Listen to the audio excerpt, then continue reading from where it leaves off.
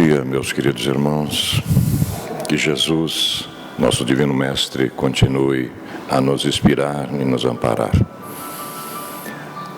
A reflexão da manhã de hoje se reveste de um caráter todo especial na nossa atual existência, porque se trata da primeira obra que mergulhamos profundamente para que pudéssemos entender as razões da nossa própria situação mediúnica, né? Há 32 anos, a nossa problemática de ser um jovem que via pessoas mortas e escutava vozes, e acabando descobrindo que nós não éramos esquizofrênicos, éramos seres naturais, sem sombra de dúvida.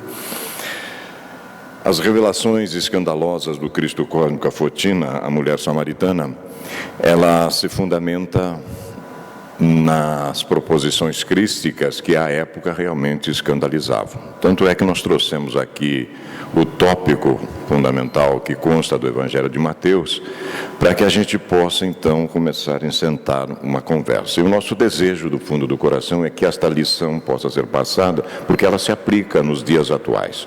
Tudo que Jesus falou, obviamente, sendo para o espírito imortal, atravessa espaço e tempo e pode ser aplicado a qualquer momento da nossa evolução na direção da plenitude, né? Então nós vamos ler aqui a passagem do Evangelho, que consta do Novo Testamento, traduzido pelo Dr. Haroldo, e aí a gente começa a entender a razão desse escândalo que Jesus provoca, maior ainda, quando ele conversa com Fotina, que é esta mulher samaritana, e as razões pelos quais o Cristo trava esse diálogo naquela região específica de muito preconceito, de muita discriminação pelo povo dominante, que era o povo judeu, né? Aqui está, então, a passagem que nós separamos para trabalhar o início do nosso trabalho. Então, aproximaram-se de Jesus fariseus e escribas, vindo de Jerusalém, dizendo: por que os teus discípulos transgridem a tradição dos anciãos? Por que não lavam as mãos todas as vezes que comem pão? Em resposta, disse-lhes o Cristo: porque também vós transgredis o mandamento de Deus por causa da vossa tradição. Pois bem, disse, honra pai e mãe, e quem injuriar pai e mãe seja punido com a morte. Vós, porém, dizeis, quem disser ao pai ou à mãe, oferenda o que de mim te seria útil, esse não honrará seu pai, e invalidaste a palavra de Deus por causa da vossa tradição. Hipócritas, Isaías profetizou bem a vosso respeito, dizendo, este povo com lábios me honra, mas o seu coração está muito distante de mim. Não? E além disso, em vão me adoram, transmitindo ensinamentos que são preceitos de homem.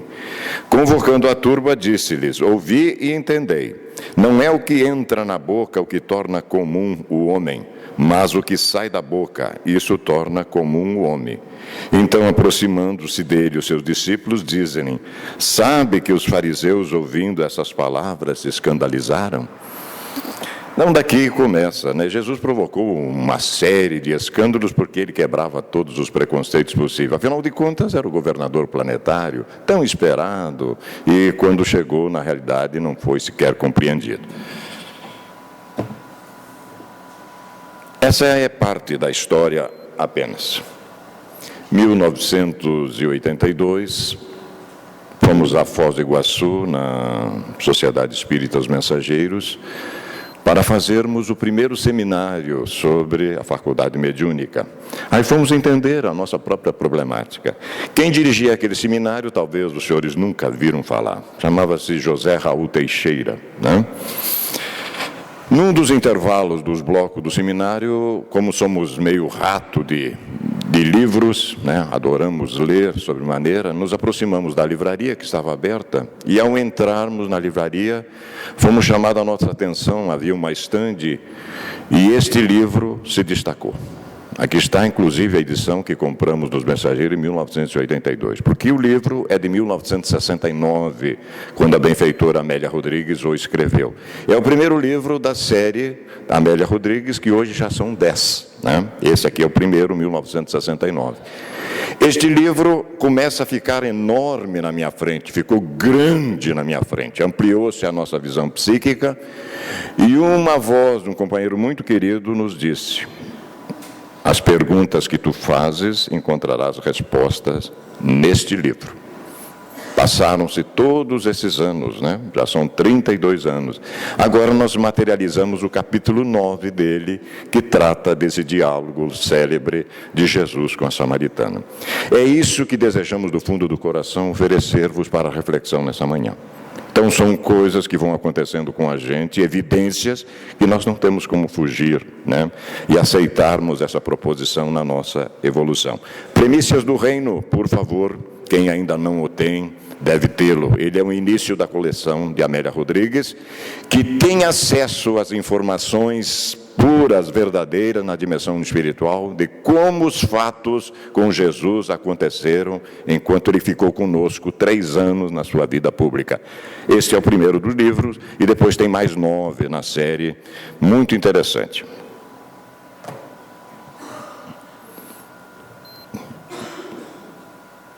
Nós vamos seguir esse roteiro para atingir o nosso objetivo.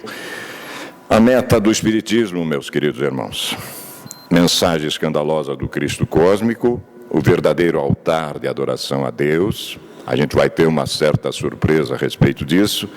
A mais sublime aplicação do princípio da caridade. Jesus, o amor infinito e o caminho da verdadeira vida. E vamos fazer algumas considerações finais. É um trabalho, acredito que até as 2 da tarde a gente termine, né, Celson? Obviamente que vamos tentar colocar isso dentro de uma exposição de 50 minutos, um pouco menos, se Deus quiser. Gênese da proposição. O que é que nos move, o que é que nos motiva, assim que fomos aceitos pela falange do Consolador? Porque se trata, meus queridos, de uma responsabilidade imensa labutar nessa área do Consolador, né? Mas a gente dá saltos de qualidade excepcionais.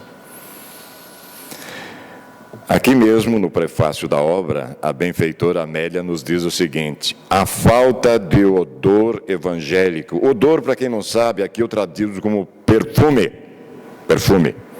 Nas realizações dita cristã da atualidade.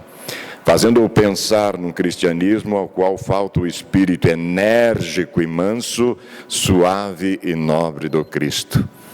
Jesus, meus irmãos, desapareceu da religião convencional. Mas ele nunca foi um líder religioso. Nós o colocamos a pecha de líder religioso. Jesus é o governador da estrutura planetária. A gente apequenou Cristo e colocou ele dentro de um templo, quando não muito, crucificamos ele todos os dias da nossa vida, né? Infelizmente ele desapareceu. E os espíritas, nós temos uma imensa responsabilidade disso. O Consolador é Jesus retornando para nós. E a gente, às vezes, não sabe o que está fazendo.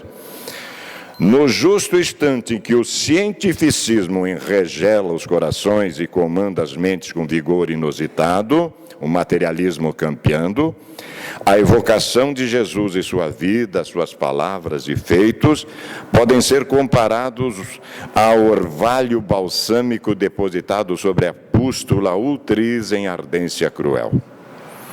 Vinde a mim, eu vos aliviarei, né? E a gente esquece dessa proposição. Fazer homens fortes e puros como criancinhas, ó, uma metáfora. Ele nunca falou para criancinha, ele falava para espírito de pequena abrangência evolutiva, né? Eis a meta do Espiritismo: fazer homens fortes e puros. Hoje melhores do que ontem e amanhã melhores do que hoje. A gente tem que fazer uma avaliação diuturna disso. Pergunto para minha companheira todos os dias: estou melhor hoje? Ela diz assim, ó.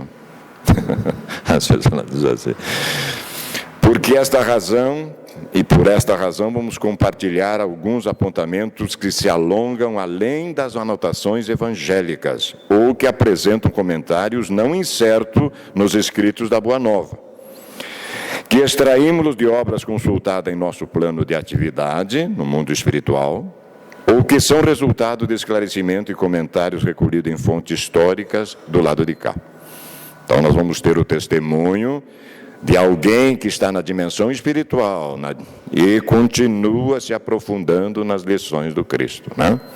Ela sabe, ela tem acesso às informações e nós vamos tê-las hoje como realmente elas aconteceram. Cada época, meus irmãos, e esta é uma das épocas mais complicadas que estamos vivendo, por alguma razão nós estamos aqui.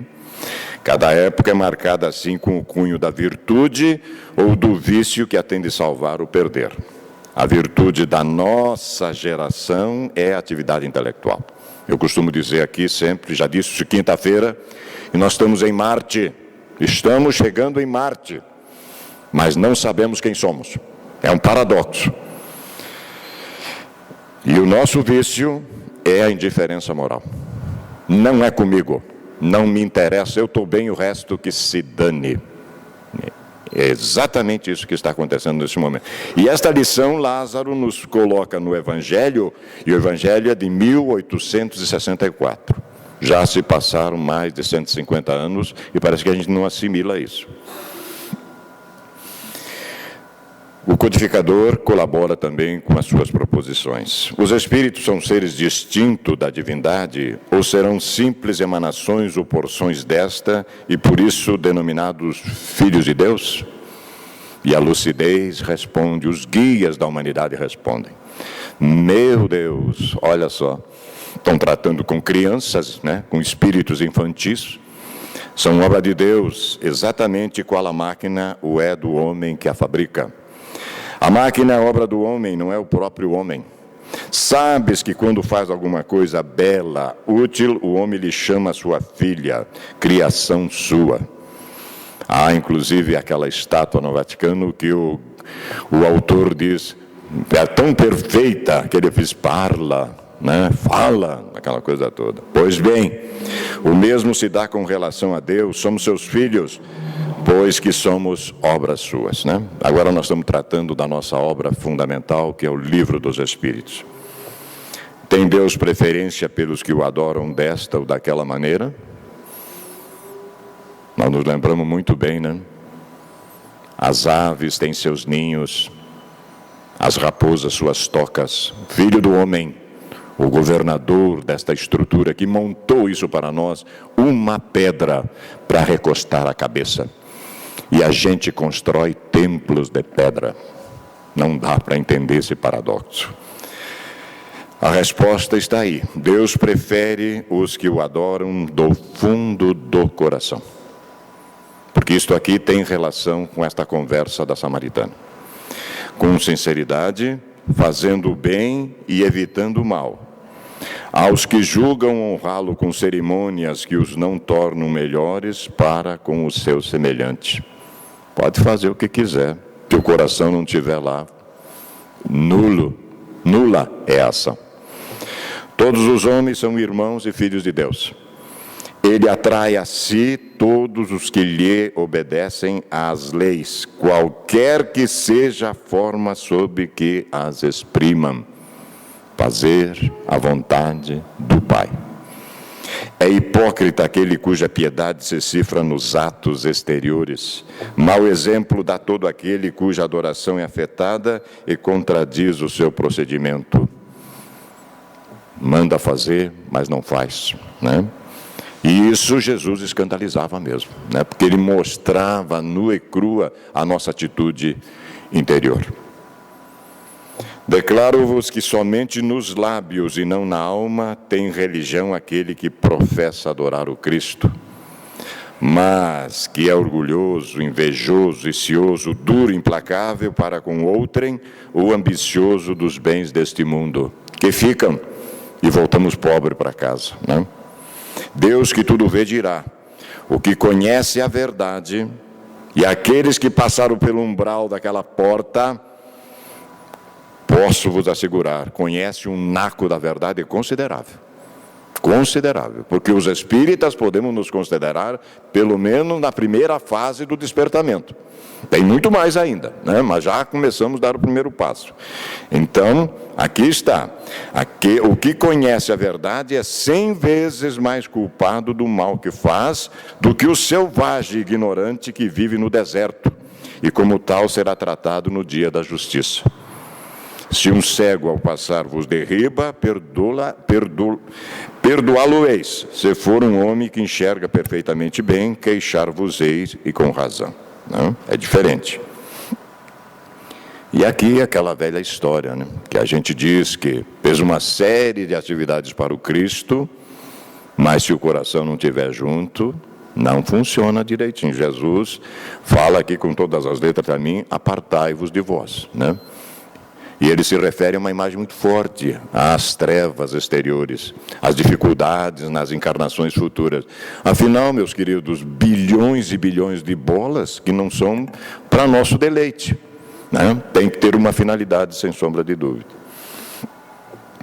Não pergunteis, pois, se alguma forma de adoração há que mais convenha, porque equivaleria a perguntar de se mais agrada a Deus ser adorado num idioma do que noutro. Ainda uma vez vos digo, até ele não chegam os cânticos, senão quando passam pela porta do coração. Fundamental. Está aqui na nossa obra básica, o Livro dos Espíritos. Começou lá atrás, né? Abel e Caim, o mito de Abel e Caim, já começou lá atrás. Mas o ideal é gradativamente se libertar destas coisas, sem sombra de dúvida, e adorar o Criador onde estivermos, em qualquer parte dessa estrutura planetária ou do universo, né? Não precisamos ter um local específico. O ideal será sempre o nosso coração. É assim, meus irmãos, que deveis julgar. São as obras que deveis examinar. Se os que se dizem investidos de poder divino revelam sinais de uma missão de natureza elevada, isto é, se possuem no mais alto grau as virtudes cristãs e eternas, a caridade, o amor, a indulgência, a bondade que concilia os corações, sem apoio das palavras apresentam os atos, podereis então dizer, estes são realmente enviados de Deus. O maior desafio do espírita hoje, Simonetti escreveu um livro sobre isso. Vamos lá no prefácio ver de que tratava, e ele diz, viver o que sabe. O maior desafio do espírita. Ou entrar na onda, né? Desconfiai, porém, das palavras melífluas, né? Desconfiai dos escribas e dos fariseus que oram nas praças públicas, vestidos de longas túnicas. Desconfiai dos que pretendem ter o monopólio da verdade. Certa conversa de Jesus com Pilatos, né? Jesus cala-se. Onde que Pilatos saberia a verdade? Onde? Pigmeu preferiu o emprego do que libertar Jesus. Preferiu manter o emprego, né? Sem dúvida. Evangelho segundo o Espiritismo, capítulo 21, de onde tiramos esta passagem. E agora o fato escandaloso, né?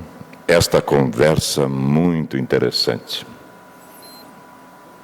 Vamos ao fato em si. Nós trouxemos ele ipse literis para que não deixemos nada para trás. E depois nós vamos comentá-lo. Num desfiladeiro de quase 600 metros de altitude entre Ebal e Garazim, havia a velha aldeia denominada Siquém, mais conhecida todavia por Sicar. A cidadezinha histórica conhecera patriarcas e juízes e vira Josué reunir o povo eleito para lhe jurar fidelidade e aliança. Esse povo eleito, meus irmãos, era que os judeus já trabalhavam com a possibilidade do Deus único. Então, por isso a razão de Jesus ter renascido no meio desse povo, porque facilitaria, sem sombra de dúvida, porque os demais ainda eram povos politeístas, e o judeu já trabalhava, então, com o advento de Moisés, o Deus único, né?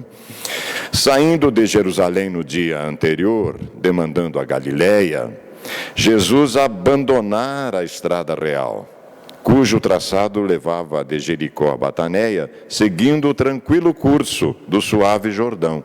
Ao invés de ele ir pela praia, ele muda o caminho, para galgar as montanhas de Efraim, penetrando os limites da Samaria, evitado pelos nascidos em Judá. Eles não passavam nem perto.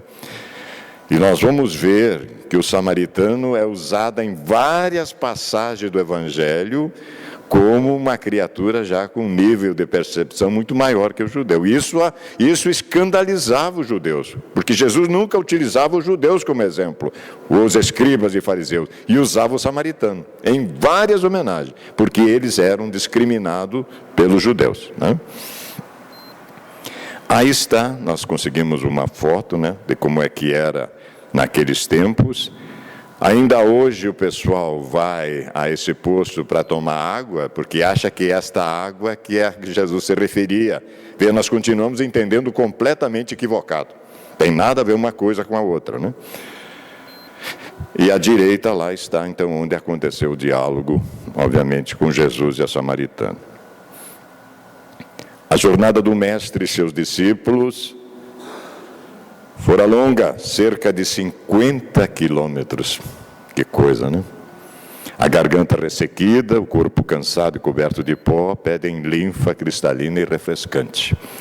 Ao chegar à cercania da cidade, o rabi assentou-se junto ao tradicional poço de Jacó, nos terrenos que pertenceram a esse venerando ancião e foram legados ao seu filho José, onde ficara sepultado.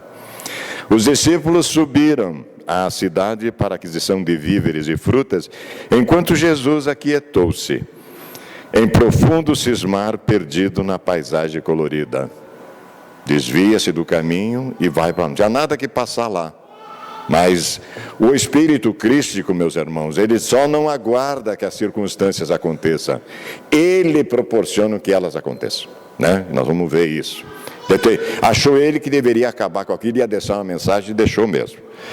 Cântaro ao ombro, mergulhada em íntimas inquietações, uma mulher desce ao poço sobre o sol queimante a pino. Acreditamos aqui em torno do meio-dia, né? Surpreende-se com o estranho olhar que lhe dirige o forasteiro judeu, que ali parece aguardá-la. Olha só, né? Como a presciência, obviamente, do Espírito Crístico. Atira, porém, o vaso sobre a água e recolhe o precioso líquido da bilha que repousa sobre o paiol. Sente-se intranquila, como se algo estivesse para suceder-lhe. Emoções desconhecidas tumultuam-lhe o espírito. Imaginemos o Cristo cósmico às nossas costas, o olhar cravado na gente, né? Aquela força poderosíssima nos surpreendendo, sem sombra de dúvida. Quando se dispõe a tomar o vasilhame e retornar ao lar, ouve: célebre, dá-me de beber. Célebre. Volta-se surpresa, dominada por estranhos e profundos ressentimentos. Por que será? Como ousa aquele estrangeiro dirigir-lhe a palavra atentando contra os costumes vigentes? O sábado foi feito para o homem, não o homem escravo do sábado. Ele ia quebrando os preconceitos. Não interessava, né? Porque eram criações, leis civis, que ele ia dizendo: ouviste o que foi dito aos antigos, eu porém vos digo. A partir dali, nova determinação. Interroga mentalmente a mulher: que homem é este que se atreve a dirigir a palavra a uma mulher, sabendo-se que ninguém ousava fazê-lo na rua, mesmo que fosse a esposa, filha ou irmã? Olha o que é que a gente criou. Olha o que é que a gente criou. Ignorará ele esta regra comezinha, parte integrante dos deveres sociais? O que estava interessando isso para o Cristo? O que estava interessante? A mensagem dele era infinitamente superior a esses costumes vigentes, a essas tradições equivocadas. E Soler te retruca com proposital ironia na voz, com que extravasa a própria amargura. Como, sendo tu judeu, me pedes de beber a mim, que sou mulher samaritana, pequenininha, insignificante? Jesus conhece as dimensões que separam os dois povos, judeus e samaritanos. Não seria esta a única vez que ele provocaria escândalo, afrontando costumes odientos e convencionais. Tem uma mensagem a dar, mensagem de conciliação e consoladora, que vai ser depois direcionada para todo mundo, mas a gente fez ouvidos moucos. Para isto, deixara propositalmente a estrada do Jordão e subir as serras. Programar aquele encontro desde antes. Aquela mulher, ele a escolhera, ainda bem que foi uma mulher, ainda bem. Aquela mulher, ele a escolhera para ser a condutora do seu aviso a Siquém. Um dia foi Siquém, hoje é o mundo, hoje é para todos nós. Respondeu-lhe então sem aspereza nem revide, a doçura do Cristo, por conhecê-la talvez intimamente. Conhece a cada um de nós. O centurião, que foi comandante da guarda onde Jesus foi assassinado, pediu antes para ele trocar de lugar com o Cristo. E Jesus disse: não, meu querido, você ainda não está preparado. Quando você tiver em condições para tal, eu te chamarei. Dizem que ele chamou, depois de 18 séculos depois, alguém nos trouxe o Consolador prometido de novo, né? E seria esse mesmo Espírito. Sua voz é cantante, compadecida. Se tu conhecesses o dom de Deus, e quem é o que te diz, dá-me de beber, tu lhe pedirias, e ele te daria água viva. E a gente vai lá, nesta região do Monte Garazim, lá no Poço de Jacó, tomar aquela água. Não é desta água que Jesus está falando. Não. Vibrações incomparáveis estrugem no coração da mulher.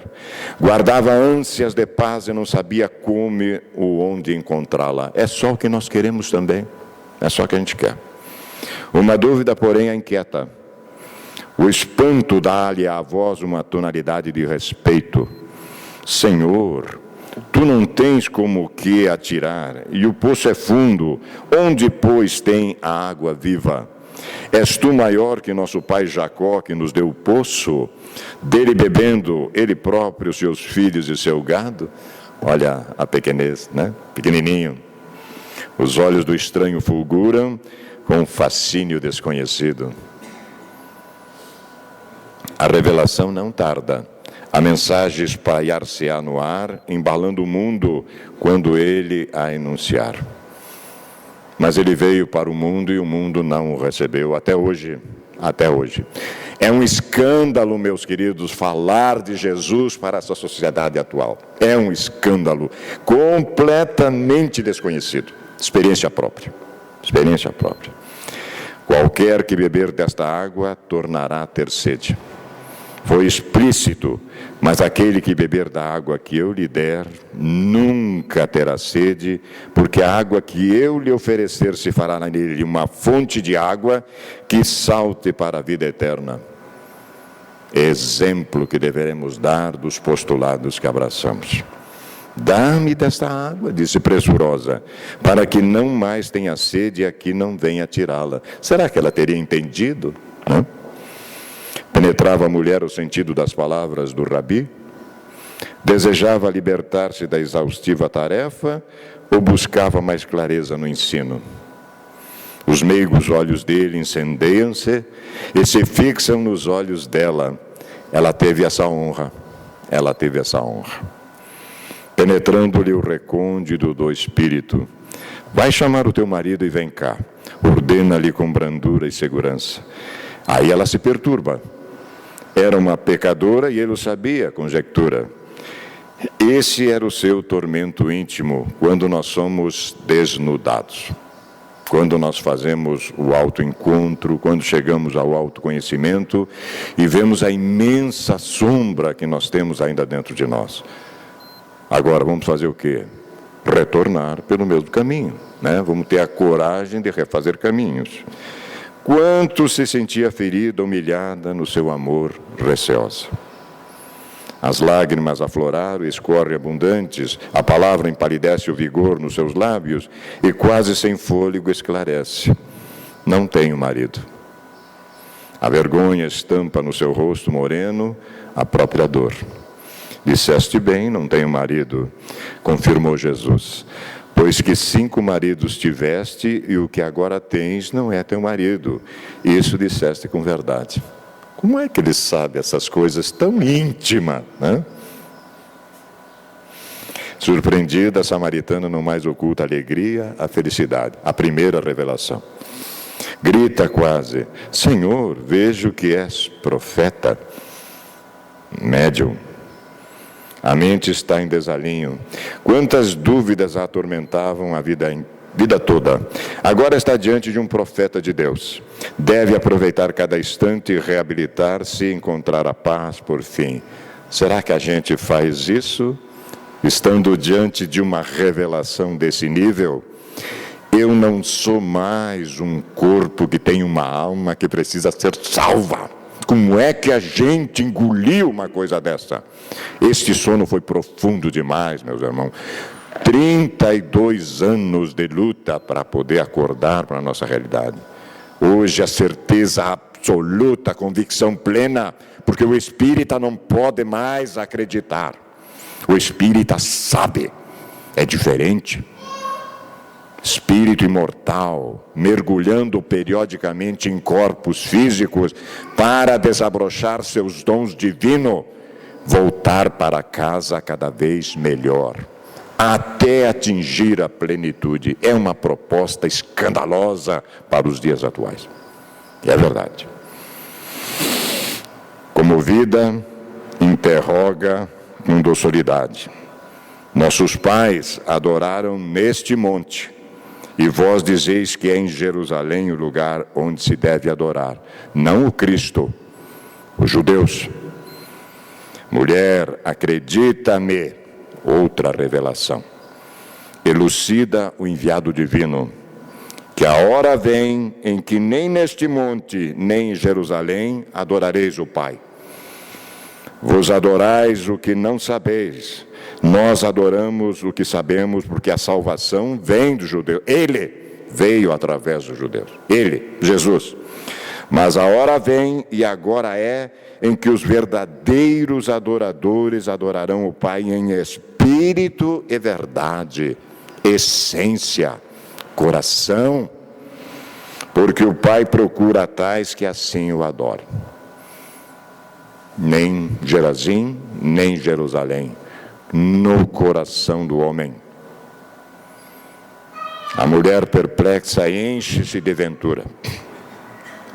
Tão indigna se considera, e no entanto fora chamada à verdade, ouvindo que nenhum ouvido jamais escutará antes. Imaginemos onde está essa dama hoje, né? Imaginemos.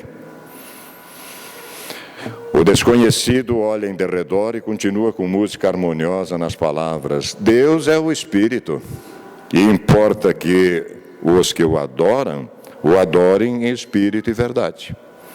A humilde aguadeira terá compreendido a grandeza universal do ensino, Transfigurada pela revelação, deseja informar-se com segurança e indaga. Eu sei que o Messias, que se chama o Cristo, vem. Quando ele vier, nos anunciará tudo. A sinfonia imponente rompe no coração do mestre, e ante a natureza, em silêncio e expectação, ele conclui: em nenhum templo, foi na natureza. Foi na natureza. Eu o sou, eu que falo contigo. Por isso digo que a salvação vem dos judeus, através dele. O suor escorre pelo rosto rubro e másculo. Já não há segredo. Despedaçam-se as comportas do mistério e a verdade esparge alegria e consolo. Não mais silêncios. A mulher está conquistada. O reino amplia fronteiras entre os desgarrados. Os discípulos que iam comprar comida retornam, né? E maravilham-se de que estivesse falando com uma mulher, mas nada disseram, porque já não tinham tanta assim coragem de abordar o mestre nessas questões, porque Jesus devolvia com um pouquinho mais, né, de incisão. Tomando o cântaro, a samaritana demanda a cidade e aos gritos proclama: vinde, vede um homem que me disse tudo quanto tenho feito. Porventura não é este o Cristo? Indagações explodem espontâneas em todos, admirado ante a natural declaração da informante. Em grupos compactos, os moradores de Sicar descem à fonte, onde o rabi se demora com os discípulos, que instam para que se alimente. Sem se perturbar com a multidão que o fita aturdida, explica aos companheiros de modo a fazer-se ouvir por todos: uma comida tenho para comer que vós não conheceis. A metáfora, sempre a metáfora.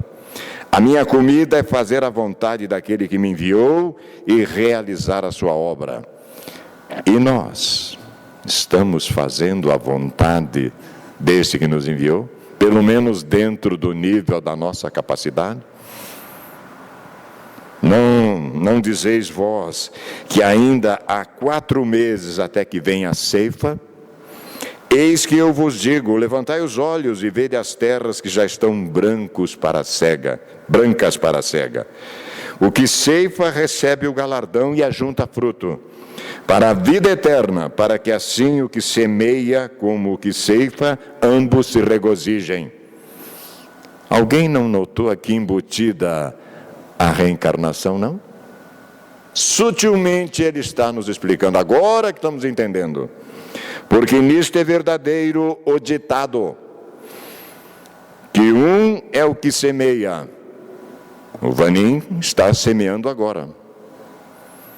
E outro o que ceifa. Sabe-se lá quem será depois o Vanim, vai colher o que plantou. Começa a fazer sentido, né? Escândalos, meus irmãos, revelações escandalosas, né? Eu vos enviei a ceifar onde não trabalhastes. Outros trabalharam e vós entraste no seu trabalho. Possivelmente os discípulos conhecidos do Cristo já tinham semeado, estavam colhendo agora. Mereceram conviver com o Cristo, por alguma razão que semearam na retaguarda. Um semeia, uma personalidade semeia, outra personalidade colhe. A mensagem é um brado de despertamento aos aprendizes, inseguro e displicente. Ele semeia, o futuro colherá. Ali está uma gleba humana referta de corações para a semeação da era nova. Fazia-se necessário estender a todos os prelúdios da paz numa antevisão do reino. Aqueles eram pastores, agricultores, pescadores. Entendiam a linguagem, conheciam o tempo e as circunstâncias. Os louvores a Deus não mais se entoarão neste ou naquele recinto. Erigido um altar no coração, o agricultor exalta na várzea recamada de sementes germinadas. O artista na obra rica de contornos, os sábios no poema das estrelas, os rudes no trato com os deveres humílimos. A luz vem do alto e alarga-se pela planície. Todos os ódios se apagam ante a mensagem nova. Essa é a proposta. Rompem-se barreiras, aplanam-se abismos, quebram-se os elos da escravidão e a desídia não medra, e rompe a paz nos corações. Será que nós já estamos assim? Onde o homem se levanta para a vida, o Pai é adorado. Todos os dias pela manhã, ao pôr aos pés no chão, saindo da cama, Senhor, que eu seja hoje instrumento da tua paz. Francisco de Assis. Deus já não pertence a um povo, a uma casta.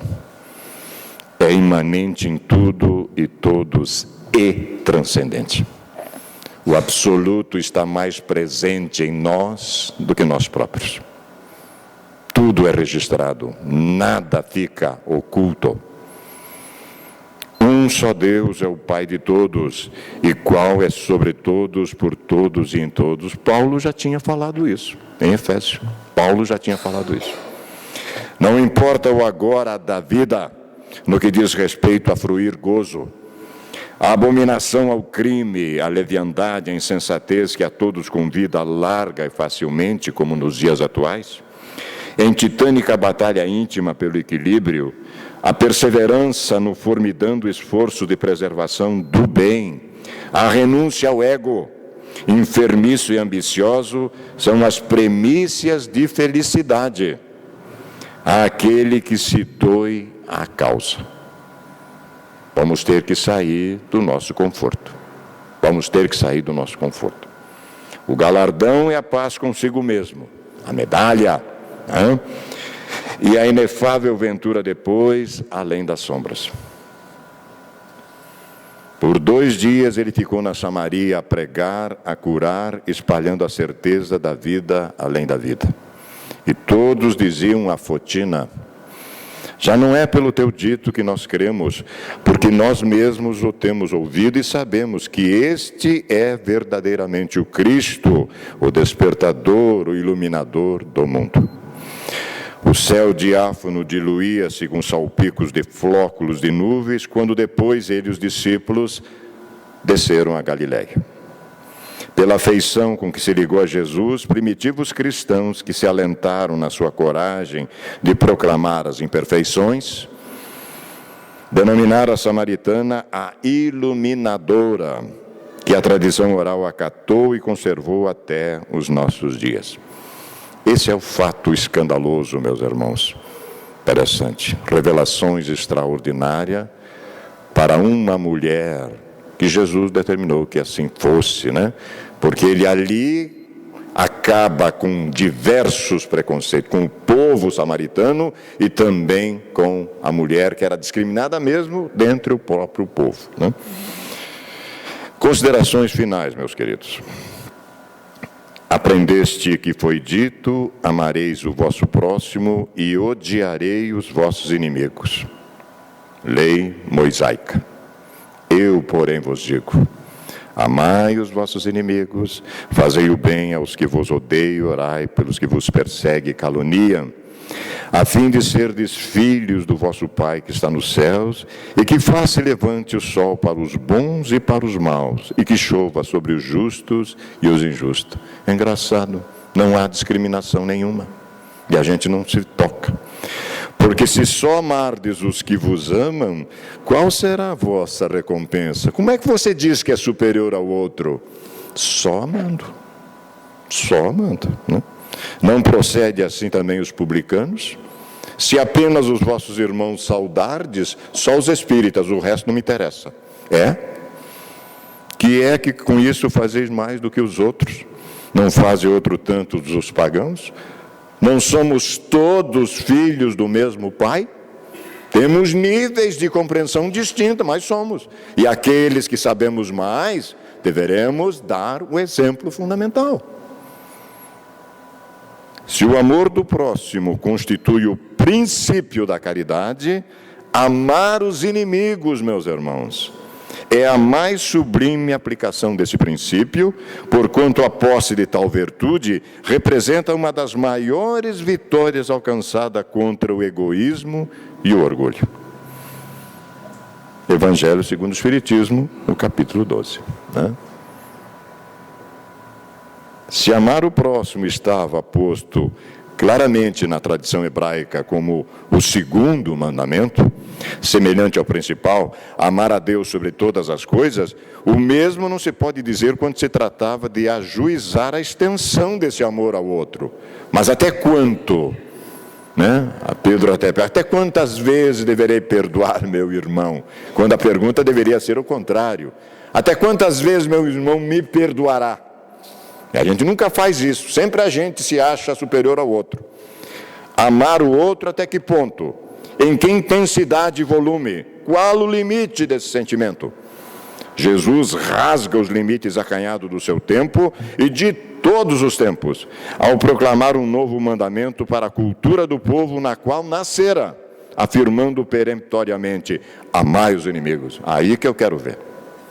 Foi além, muito além, obviamente. O sublime Nazareno nos oferece a documentação dos fatos ao exemplificar sobejamente as múltiplas facetas desse novo modelo de amor àqueles que se colocavam em posturas diferentes e desafiadoras. Desde os opositores desencarnados, às hostis pessoas aferradas aos preconceitos, de oponentes circunstanciais aos adversários contumazes, dos que simplesmente discordavam até os seus inimigos mais encarniçados. Amai os vossos inimigos. É realmente uma revelação escandalosa, uma proposição muito forte. O Cristo ama, esclarecendo a Nicodemos, condescendente com as limitações do doutor da lei. Mas como? És mestre Israel e não sabe destas coisas? O processo da reencarnação? Capítulo 3 do Evangelho de João. Ama, falando a mulher samaritana, dignificando o gênero feminino, depreciado na época, ao tempo em que supera a discriminação a ela imputada por pertencer a uma crença herética. Ama, erguendo Miriam de Magdala, dando-lhe as mãos quando a sociedade aguardava a oportunidade de linchá-la, em face de tratar-se de uma equivocada. Quem de vós não frequentou a casa dela, entrando pelo portãozinho dos fundos, atire a primeira pedra. Até hoje me dá uma coceira nas mãos.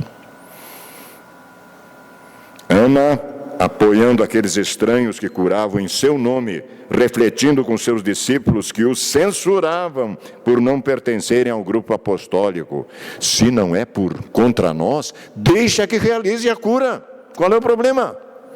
Por que só nós temos a capacidade de fazê-lo? Se ele não é contra, por que não deixá-lo fazer?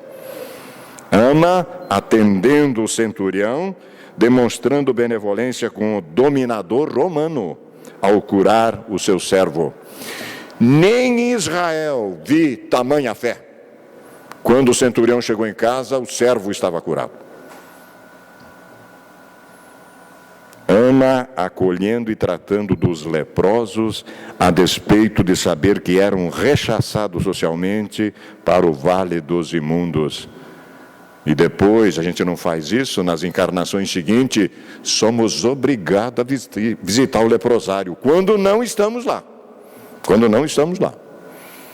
Ama, compadecido ao beijar Judas, antevendo-lhe o sofrimento futuro que a sua própria traição lhe causaria.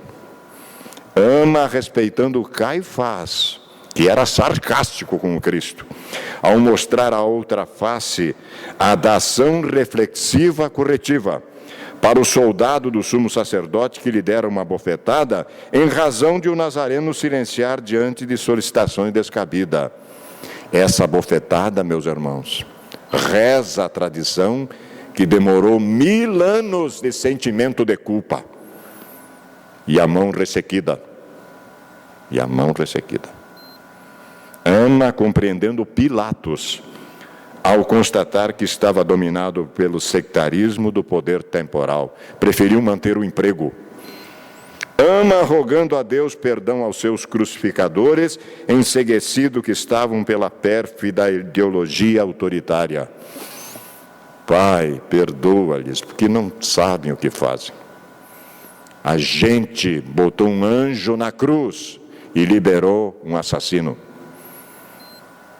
Com este comportamento incomum, amor aos inimigos, propõe, dando exemplo, o rompimento com o sectarismo de seitas e de religiões, com os preconceitos étnicos e de classe social, com as prevenções políticas e ideológicas, levando de roldão água abaixo o racismo, o fundamentalismo religioso e científico, a discriminação sexual e social, o apartheid. Afinal, acena com amor para o ilimitado, o indimensional, o quase impossível, configurando uma nova mundivisão. Para os homens, outra percepção socioantropológica para a humanidade. Uma revelação escandalosa para os dias atuais. A sua vida, a vida do Cristo, é uma epopeia de amor e um magnífico convite, apelo à tolerância, à indulgência, à misericórdia, ao perdão, ao amor aos inimigos, ou seja, ao amor infinito. Esta fala é do Dr. Alberto Almeida, no seu livro O Amor Pede Passagem. A benfeitora Joana de Ângeles também colabora conosco, se aproximando da nossa finalidade. A visão da unicidade das existências e uma psicologia superficial torna absurda a lição do mestre a respeito dos escândalos, em como outras de notável atualidade se confrontadas com a doutrina dos renascimentos corporais. Não tem comparação. Que contém a sementeira dos atos e a sua colheita, a realização em uma etapa e o seu reencontro em outra, constituindo um método educativo e salutar para o desenvolvimento de todos os valores éticos que jazem adormecidos no ser profundo, aguardando os fatores propiciatórios ao seu desenvolvimento. Enquanto o ser humano não se liberta dos prejuízos morais a que se entrega, cabe o lamento do mestre: ai do mundo por causa dos escândalos, face aos infelizes efeitos que deles decorrem. A benfeitora diz isso na sua obra magistral Jesus e o Evangelho. Um dia, meus queridos, um homem sublime, um ser iluminado, abandonou por um pouco o jardim de estrelas para depositar nas criaturas da terra gemas de refulgente esperança em torno do seu reino.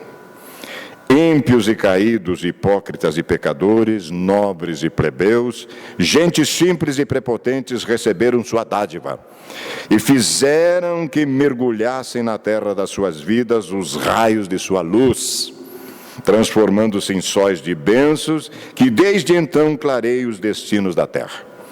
E ele mesmo, quando foi desdenhado numa cruz, fulgurou numa excelente madrugada, continuando a semear a luz da imortalidade na mente e no coração dos que jaziam na sombra da saudade e do medo. Quando eu for erguido, atrairei todos a mim. Ele é a nossa inspiração diuturna. Tudo deveremos envidar esforços para entregar até a própria existência para essa alma nobre, que nos ama sobremaneira, não temos nenhuma dúvida. Jesus é assim, meus queridos, o caminho da verdadeira vida. Quando nos demoramos a compreender, quando marcamos passo diante da imperiosa assimilação do que nos é urgente vital assimilar, ele sempre se mostra de maneiras diversas em nossa existência, afirmando-se o Cristo: eu o sou, eu que falo contigo. Nesta manhã, meus queridos irmãos, mais uma vez, por intermédio desta criatura infinitamente imperfeita, ele se pronunciou outra vez. Assimilemos o máximo possível que a lição nos traz e envidemos esforços para refletir em torno destas questões fundamentais do nosso amado condutor do nosso processo evolutivo. Do fundo do coração, a nossa imensa gratidão pela tolerância e pela paciência. Muita paz a todos.